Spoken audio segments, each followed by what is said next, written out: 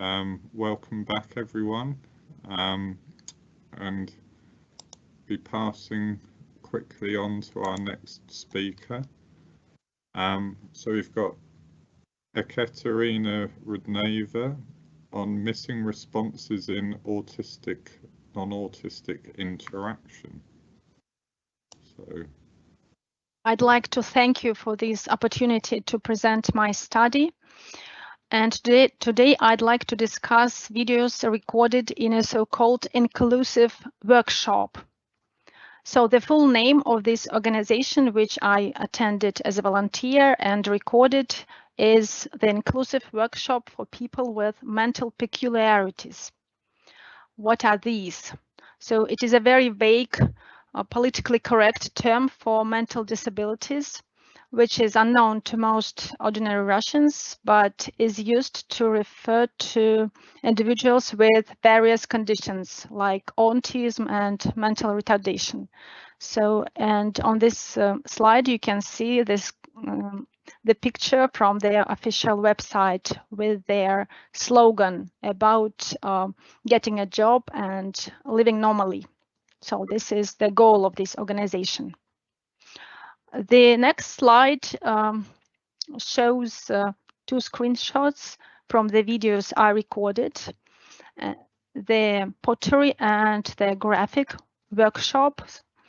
And today I'd like to discuss two dialogues involving participants diagnosed with autism. I'd like to say that, unfortunately, still many people with mental peculiarities or disabilities are locked in special care institutions in Russia or have never been diagnosed, struggling with communication and just considered strange. However, at the moment, the situation is changing and there is more awareness and various career opportunities are being created, and such workshops are one of the options. So they provide job places for individuals with various conditions where they do manual work, getting a regular pay, and getting the opportunity to communicate with other employees and volunteers. When I ask people what they know about autists, they often picture the Rain Man story and say that autists do not want to communicate or do not need to communicate. And they often say that autists are very clever. Sometimes you can hear stories about success stories about autists working in the IT industry or getting a degree, but so far these are really, really rare. Now I'd like to touch upon the main approaches to studying autistic communication. And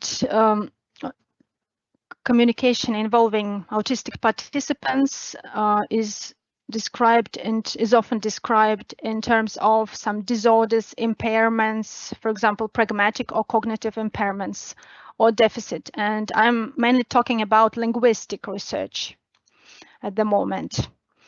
An alternative approach has been suggested by conversation analysis, and within this approach, analysis of video and audio recordings includes actions of all participants, unlike in the clinical linguistic approach, where they normally do some experiments and tests and analyze only what those other, in this case, autistic people say and do, and in the testing settings. So the conversation analysis suggests another approach and focuses on functions of all actions of all participants. And I'm mentioning two articles which I consider important, and I'd like to particularly focus on this dialogue. It's a dialogue from one of the articles, which analyzes a policeman trying to arrest an autist for stimming and for not giving the proper answers according to the policeman.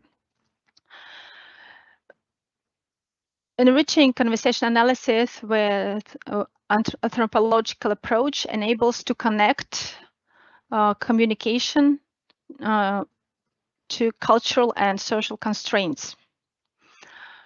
And I would also like to mention the Damian Milton's double empathy approach, which enables to do research taking into account the neurodiversity perspective, and I think that is really important. However, at the moment, there is a lack of research based on naturally occurring data, and I believe this is really important to analyze not what you do in tests, but what is actually going on in real life, so naturally occurring data. And most of linguistic research studies children diagnosed with autism, and there is hardly ever any linguistic or conversation analytical research into workplace face-to-face interaction. My study aims to investigate interactional challenges of workplace involving autistic and neurotypical participants. And to do that, I'm doing the conversation analysis of videos, which means thorough step-by-step analysis of phrases and embodied actions. So what is actually happening step by step. And I back up this analysis with ethnographic methods, namely participant observation as a volunteer and interviews. In today's talk, I'd like to focus on cases of disruptions, missing responses to questions and directives.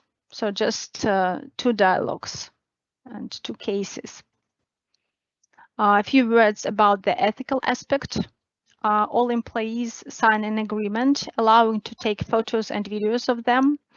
And besides that, each time I asked the permission of all the present people, and they were usually quite positive about being recorded. And if they asked why I did that, I answered for the purpose of science, and they liked the answer.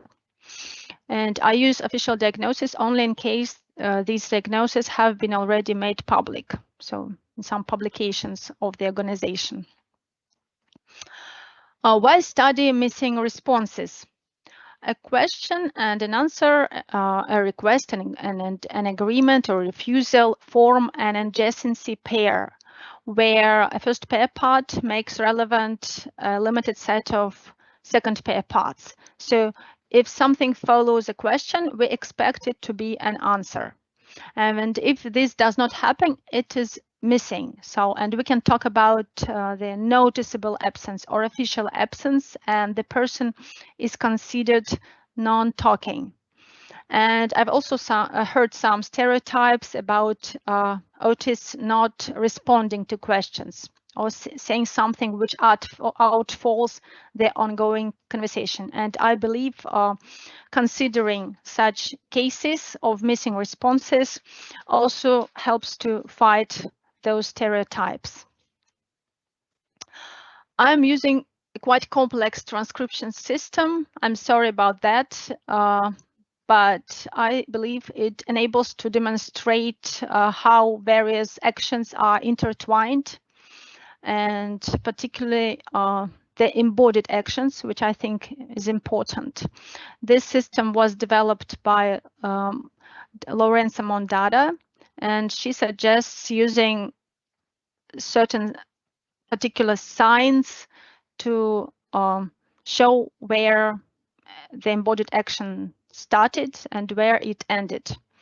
And I'm also marking, as usual, if something was said quieter, slower, and also overlapping utterances and the pauses, which I think is important.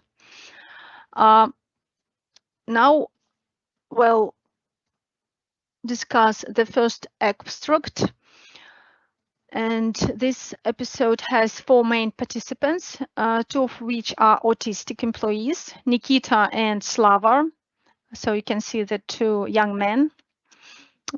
They were officially diagnosed with autism, and also they participated in a video advertising some taxi company which works with people with mental peculiarities.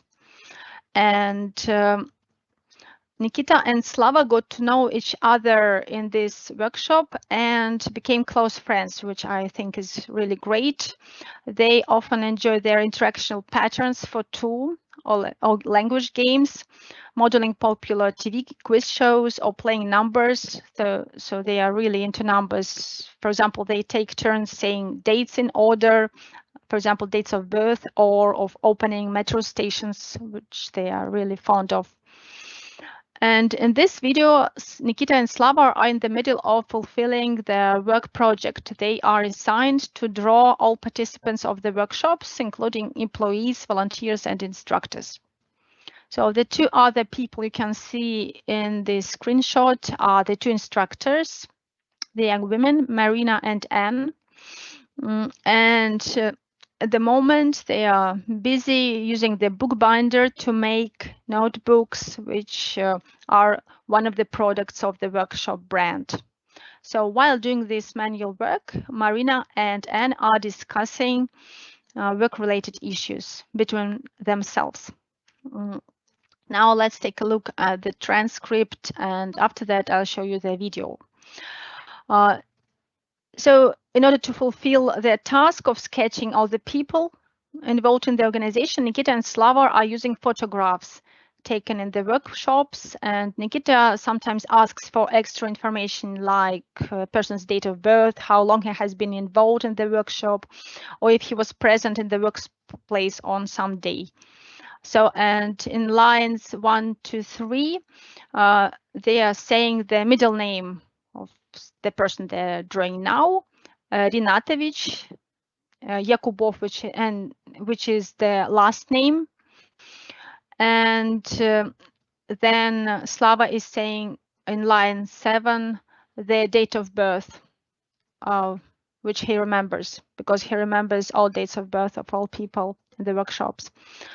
And in line 4, we can see Anne saying we don't really have tasks for today, so she's just talking to her colleague, to Marina, about job. So in fact, there are 2 pairs in the room. They're standing really close to each other, but they are discussing 2 different subjects. And then in line 11, Nikita is asking whether Yakubov works for the Inclusive Cafe Cucumbers, which is also part of the organization. So Nikita's hearable question is not followed by any answer, though he's gazing at Marina and Anne. You can see that in their screenshot. But he gets no answer, and we will consider why. Then he reframes his question, repeats it, but with a different intonation pattern, and stressing the syllable, like в огурцах работает, I guess to make it sound more question-like. However, again, he gets no answer. And Anne and Marina are discussing their subject. Here in line 16, you can see them talking about Fedya. And I think this is also interesting to mention, because Fedya is reluctant to work, so he prefers to relax, and this is the challenge that the instructors have not been prepared for, because the main ideology is that this organization provides jobs for those who otherwise would not have this opportunity. But some people in fact, do not want to work that much. And Slava and Nikita are continuing to discuss their date of birth. So Nikita just abandons his attempts to ask to get the answer. I hope this is more or less clear. And now we'll take a look at the video. So see how it's happening.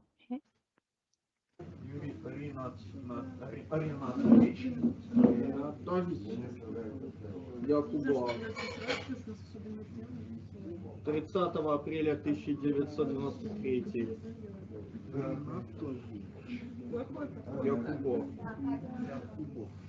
В огурцах работает?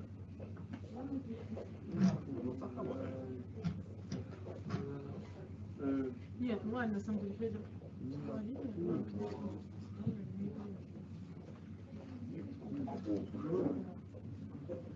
30.04. 30 последних дней апреля. А недавно мне снился сон. 04 апрель, последние дни 30. Короче, у меня был сон 8. So these are the points that we've discussed. First of all, the communication coherence is challenged by multi-activity because people are working and talking.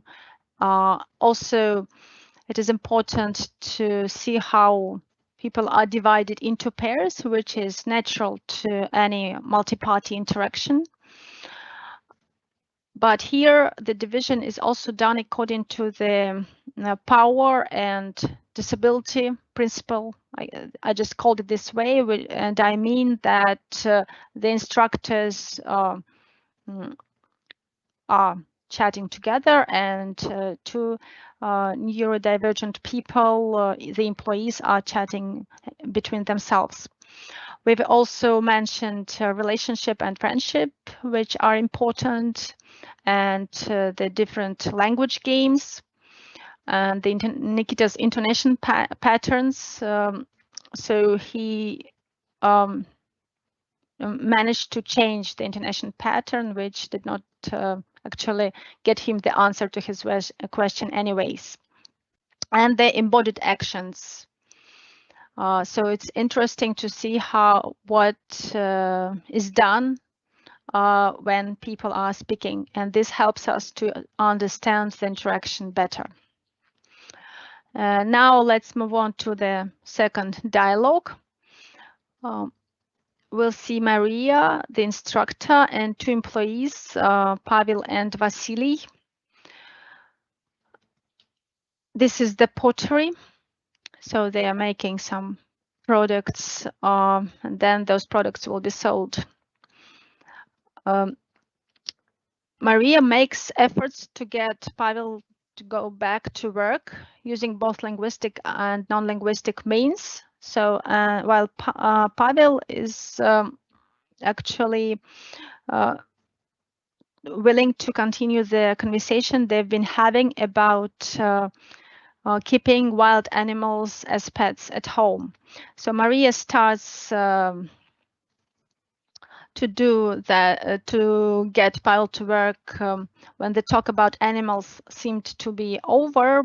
So first she suggests making another plate. So let's do another plate, and she uses the we form, so which is, I think, important. And then she looks at the clock, and Pavel follows her gaze, but apart from this, he does not react to her directives.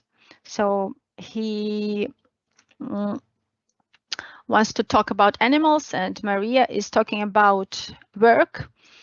And just the same way Maria is ignoring Pavel's contribution about animals, even his question in line 12. So she makes another attempt to draw his attention and to get him to work. So she uses the address form and then some embodied actions demonstrating with hands. So in line 23, looking at Pavel, and it seems like Pavel is responding to her embodied actions actually more than to her words. And now she is getting Pavel to do two things: cleaning and making a new plate. As you can see, Pavel's switching to work is more step-by-step, more stretched in time. So the timing is different if compared to Maria's. He switches to work finally after finishing his utterance about animals, and first starts to touch crumbs on the table, which is questionably related to the job. While Maria's phases of talk and work are more micro and the courses of activities are more intertwined, and she talks about both work and she can do work and talk almost simultaneously, though I'd like to note that this multimodal analysis actually reveals that what might seem as simultaneous actions is actually switching from one action to another, but at the very micro level. So now let's see the video. Давай, делаем еще тарелку, еще успеваем. Так, Маша. Тоже Сейчас придумаю. можно ли держать игуану или черепаху? Черепаху, мне кажется, не трудно. У меня есть предложение. Давай сделаем уборку и отомнем еще одну тарелочку. Потому что время еще есть, а форма уже все забита и все почищено, все сделано. Черепахи, они очень медленные. Их проще очень легко держать. Черепах. Ну да, черепаха. And so here are the points we've covered. The second pair parts are missed by both the autistic and non-autistic participant. So there was no responsive action to a directive, no verbal response, but in fact, the analysis shows that there were non-verbal actions responding to the directive. And also there was no reply to the autist's question. We see how multi-activity challenges the coherence of interaction and how two courses of actions, namely talk and manual work, are intertwined. We've also mentioned the differences in prioritizing. So what is important for one person may be not so relevant to the other, and this becomes more salient in neurodiverse communication. Pavel is more willing to continue the chat about keeping the iguana and the turtle at home rather than switching to work, though he actually, after he finishes his phrase, he moves on to cleaning the place and making a plate. We've seen that his switching from talk to work is more stretched in time, which could be explained by the monotropism theory. And this dialogue demonstrates the differences between autistic and non-autistic participants switching from one course of actions to another. So to conclude, we've seen that the answer can be missed by any participant for contextual reasons, so for various grounds, no matter who he's neurotypical or autistic or any other person. However, when somebody is known to have some diagnosis, some condition, he is more likely to be blamed for communication disruption. And I think this is important to keep in mind. Analysis of interaction at the micro level demonstrates various grounds for missing a response. First, coherence of talk is challenged by multi-activity. which is in the very nature of an inclusive workshop, and also by the differences in prioritizing talk or work. Another reason for coherence disruption is division into pairs according to the disability and power principle in our case. And this undermines the core principle of inclusivity. So here we have 2 employees with autism and 2 instructors who are neurotypical. Finally, interaction is influenced by the stereotypes about the conditions. For example, we can assume that repetitive actions, including questions, can be interpreted as irrelevant stimming, not requiring a second pair part. So even if instructors hear a question or some phrase, they do not expect that they have to answer it. So awareness about such interactional challenges helps to create a more effective and friendly environment. And I believe that such results of the study can be implemented when introducing inclusivity in the workplace. Thank you.